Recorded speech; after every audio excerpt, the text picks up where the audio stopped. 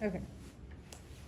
So anyway, absorb, convert, and store that energy. It's gonna happen in the chemical formula we talked about yesterday. 6 CO2 plus 6 H2O plus light or some sort of an energy. Sometimes the light is over the arrow. And that is going to give us one glucose molecule, or C6H12O6, and 6 oxygen molecules, or 6O2.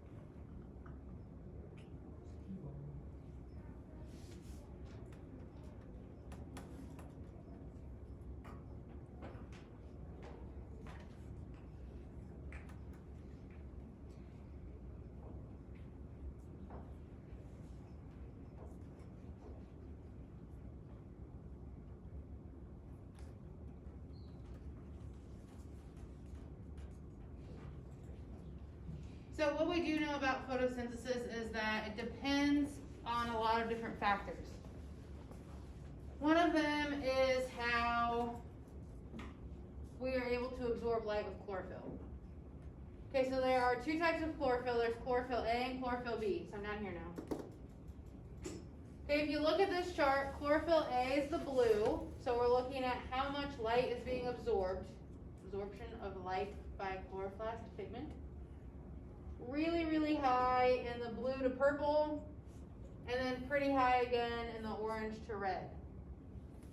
Then chlorophyll B is going to be this green line. It's really, really good at the deep blues, and then so-so around the oranges. And then you've got carotenoid is this yellow one that kind of takes a couple of dips and like disappears from 500 nanometers down. Okay, so we know that the carotenoids absorb really well the purples and the blues. But what you might find funny is that there's no green being absorbed. Okay, look at green. There's nothing, hardly any green being absorbed. And it's because what we know about the eyes and the brain, that the colors we see are actually reflected back. So like I look at Kiana and Dom and Lucas, they have blue shirts on. Their clothing absorbs every color except blue, so it bounces back and hits my eye. The same thing is happening in plants. Chlorophyll A and B are going to absorb in a really wide pigment, so they can absorb as much light as possible, and they reflect all of the green back to our eyes, and that's why plants appear green. It's because they cannot absorb green. Okay? And again, this is going to happen, all of this photosynthesis is going to happen at these specific wavelengths, but we go from a leaf made of plant cells, which is full of chloroplasts. And everything we talk about from this point forward is going to occur in the chloroplast. Everything. Not just the plant, but the chloroplast on the inside of the double membrane bound organelle, only found in plants, the chloroplast.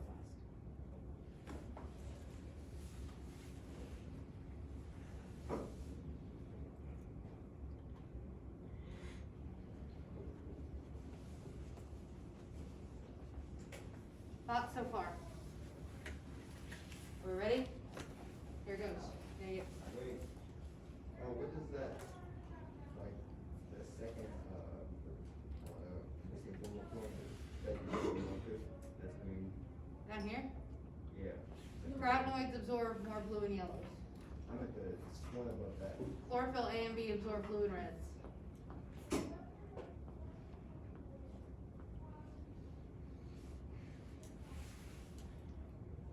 Okay, so here's stages 1 and 2. I'm gonna give you a couple minutes to sketch this picture. You don't even really have to worry about the phospholipid membrane. We know it's there. And you don't need to worry about this stuff up here on this side. You need to worry about that. Just not this. I'll give you a few minutes to sketch it. Doesn't have to be a work of art or anything. Just a sketch.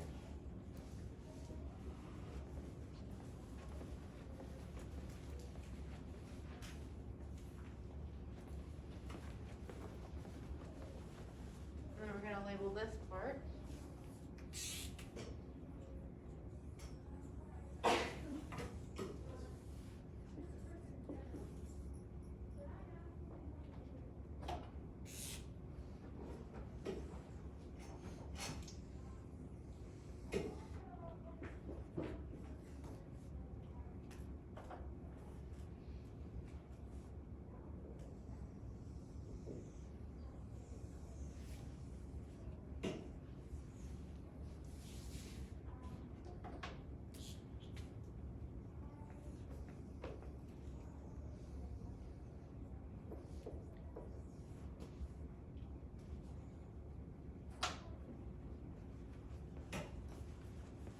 As you're sketching, make sure you label A, B, C, and D.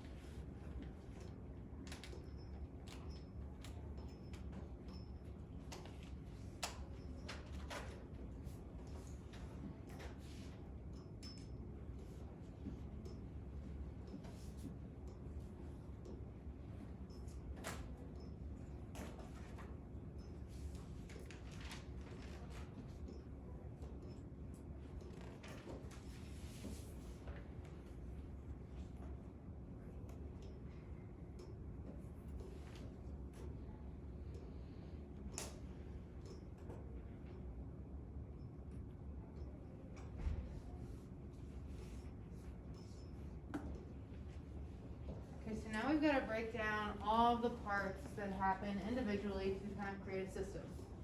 So we call this whole thing the electron transport chain because we're moving an electron, so this little red minus sign. And so we follow it all the way through. We also need to pay attention to our hydrogens and what they do.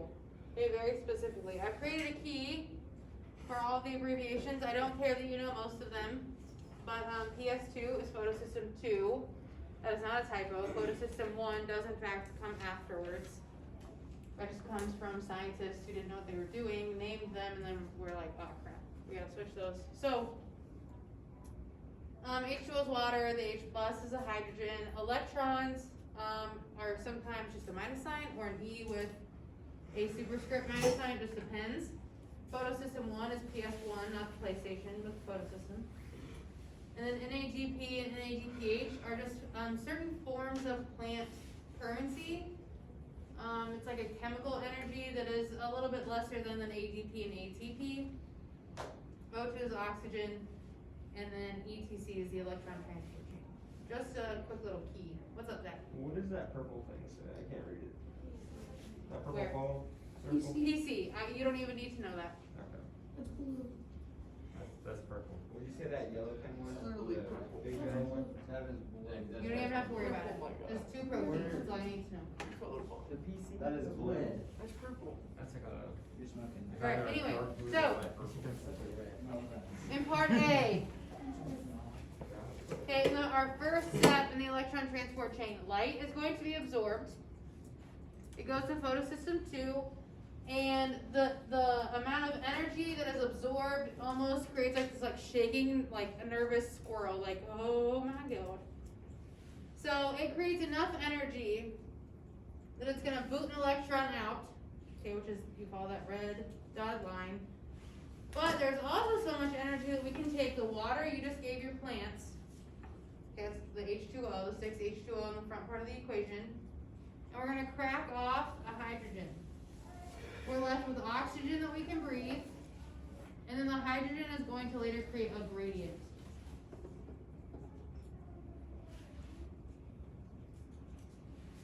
So right off of the get-go, you know that plants need light. There it is, it's used. We get the oxygen that we breathe, done. And we've also, let's see, used the water. So in terms of looking at your equation, we've checked 3 things off already. Just in photosystem 2, the first phase. I can't see.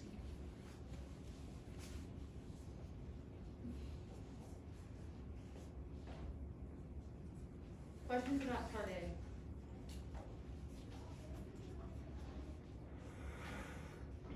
Does that make enough sense? Okay, then part B are those 2 big yellow proteins. You don't need to know what those PQ and the PQH stand for and all of that. Okay, but what we need to know is that that electron that was released from photosystem 2 is going to slowly lose energy every time it goes through a protein. But here it's still got enough energy, again, 'cause it's like a nervous chihuahua or something. It's going to pull a hydrogen through the membrane. So now we have 2 hydrogens on the inside and none on the outside. What are we creating? If I've got 2 down here and none up here, where's my high, where's my low? Zach says high inside, low outside. Do we agree? Yes. Yeah. Yeah, we're creating a gradient so that eventually the hydrogens are going to want to what? Float around. Move around. They move around, they want to be equal. And we can do that through passive transport. So we have not spent any energy up to this point. No energy has been spent. Okay, so electron transport chain is going to move down, and then we're going to pull that hydrogen in. We jump to part C. There's a lot going on at photosystem 1. There's a lot. We get more light absorbed. So now we're taking in more energy and using none. And then you're going to basically convert chemical energy. I don't care that you know any of this. You don't need need to know any of that. What I do want you to focus on is the NADP and the NADPH. So that electron is going to exit the electron transport chain of photosystem 1, and it has just enough energy to convert that NADP to NADPH, which is the spendable currency in the plant.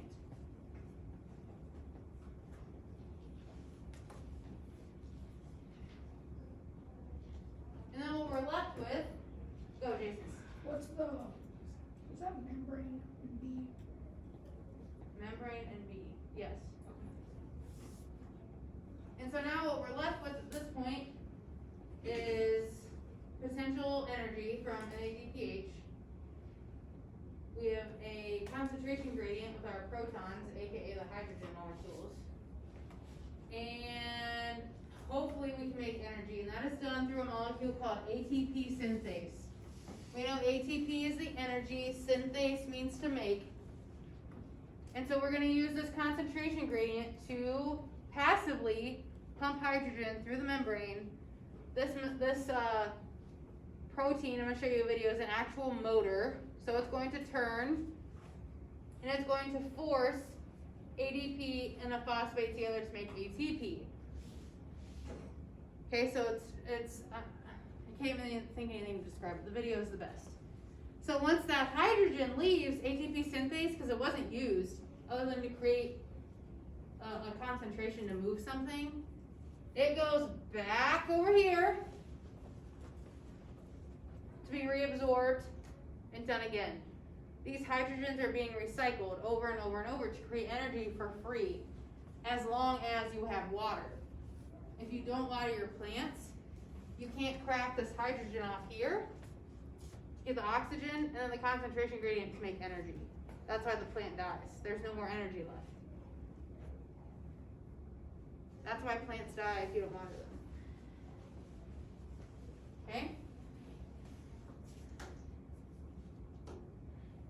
So we've absorbed in photosystem 2 and photosystem 1, and we've converted in ATP synthase.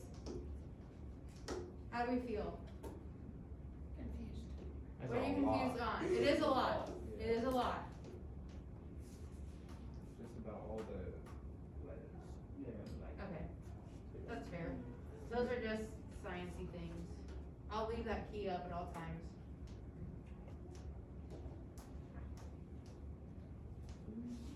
Anything else particular that is confusing? Like, wait, where'd you get that from?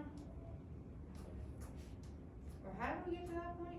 Just the concept of you explaining it made me confused. Do you want me to do it one big fluid thing instead of chunking it up? Or do you think that would make it worse? Alright, so let's do it together. One big fluid thing. So here's light. This is a plant. Okay, a plant cell. We've got light here. We've got light here. Cool. In photosystem 2, there's so much light energy. Think of it like a bang. You're going to set loose an electron. He carries enough energy to basically snap off and take NADP and make it NADPH. Done. Then you're going to crack the hydrogen off of water. That hydrogen is going to create a gradient. That gradient then is going to go this way. You make ATP. Was that any better? Yeah. Really it was? Yeah, I was just writing down notes, and then it was going to like understand. I see. Yeah. Alright, so I'm going to show you this video of ATP synthase, and that might help kind of straighten out where we get that hydrogen from and why. Where's my mouse? Your mouse has it. Carson, do you have my mouse? Yes, he does. I know. Does anybody see my mouse? Oh, it's right here. Yeah, Jason. Sorry, Carson, I apologize. Get your facts straight, Jason. Yeah, Jason. Yeah, I'm dead, Jason.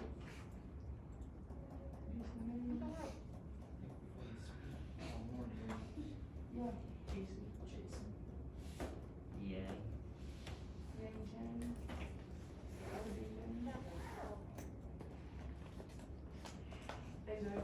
What you want? Ski ball. ATP synthase is a molecular machine that works like a turbine to convert the energy stored in a proton gradient into chemical energy stored in the bond energy of ATP.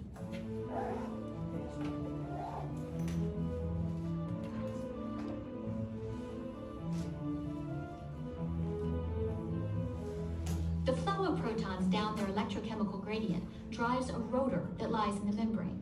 Okay, so those little It is cubes, thought that that's the protons flow through an hydrogen entry open to that one is side of being the cracked membrane off and bind to rotor of subunits. the water and then being Only brought into the protonated membrane from that subunits can then electron. rotate into the membrane, away from the static channel assembly. Once the protonated subunits have completed an almost full circle and have returned to the static subunits, an exit channel allows them to leave to the other side of the membrane. In this way, the energy stored in the proton gradient is converted into mechanical rotational energy. The rotational energy is transmitted via a shaft attached to the rotor that penetrates deep into the center of the characteristic lollipop head, the F1 ATPase, which catalyzes the formation of ATP. So you see ADP and a phosphate going in, the machine turns and physically like crushes the phosphate onto ADP and then it spits it back out. The F1 ATPase portion of ATP synthase has been crystallized. And if it isn't for that hydrogen gradient that we're forming inside the lumen or inside the chloroplast, we won't get ATP to turn, ATP synthase to turn. If ATP synthase isn't turning, we're not making energy. We're not making energy or plant gas. So we do those 4 steps basically to get a hydrogen gradient for free, and then to make Its molecular structure shows that the position of the central shaft influences the conformation and arrangement of the surrounding subunits. It is these changes that drive the synthesis of ATP from ADP. In this animated model, different conformational states are lined up as a temporal sequence as they would occur during rotation of the central shaft.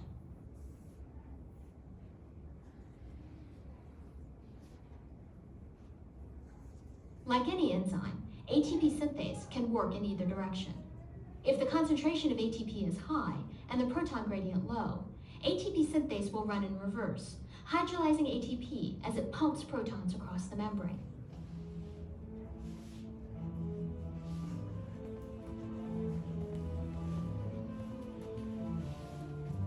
So it literally spins like a motor, physically changing different To chemicals. show the rotation of the central shaft, a short fluorescent actin filament was experimentally attached to it. Single filaments attached to single F1 ATPases can be visualized in the microscope. When ATP is added, the filament starts spinning, directly demonstrating the mechanical properties of this remarkable molecular machine.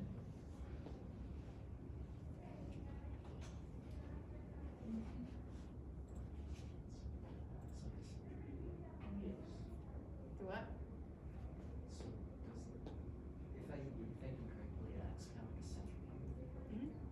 Yeah, so it's gonna spin. So what's most important is that we have this hydrogen gradient for free.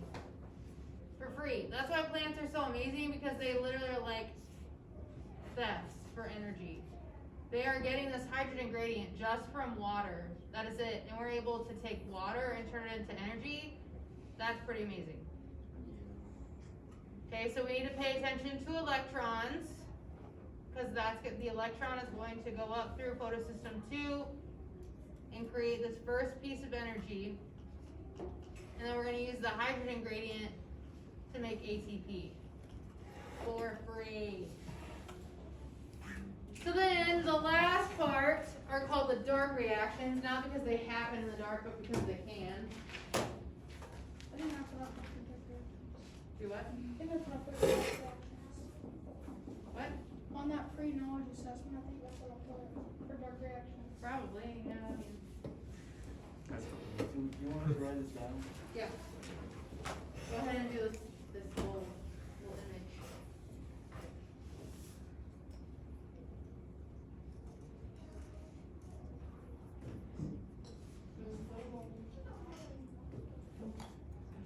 Ski ball.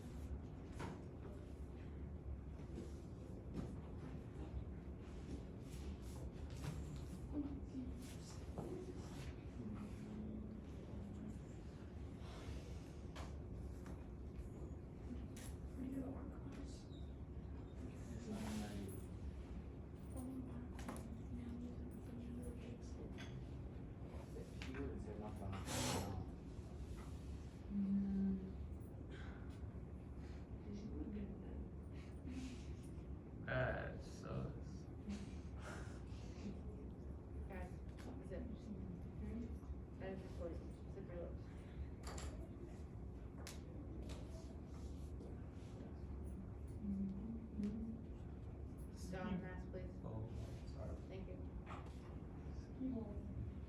Naughty, naughty boy.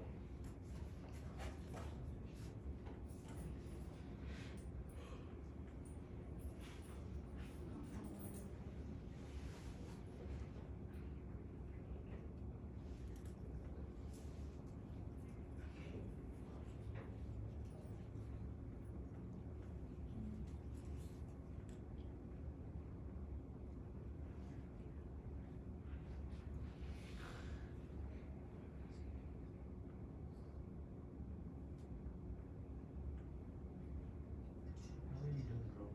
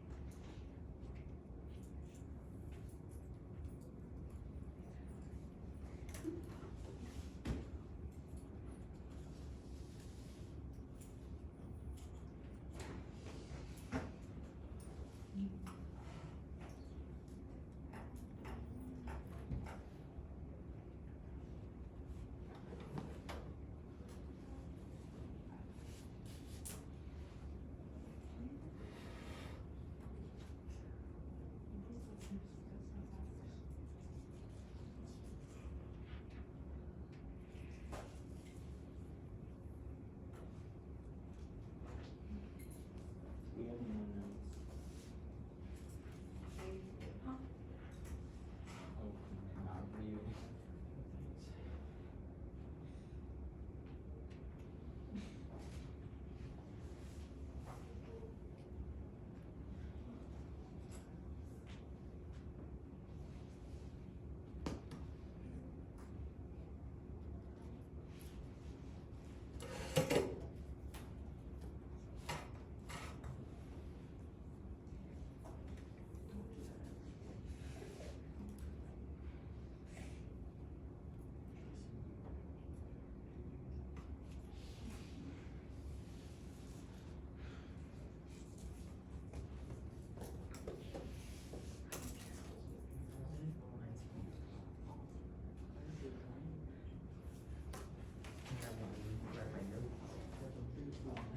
That's a whole page.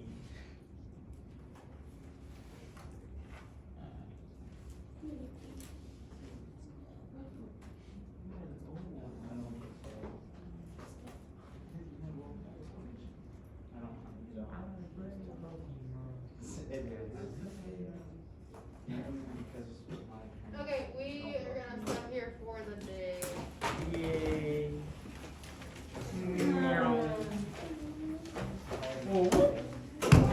Ski ball.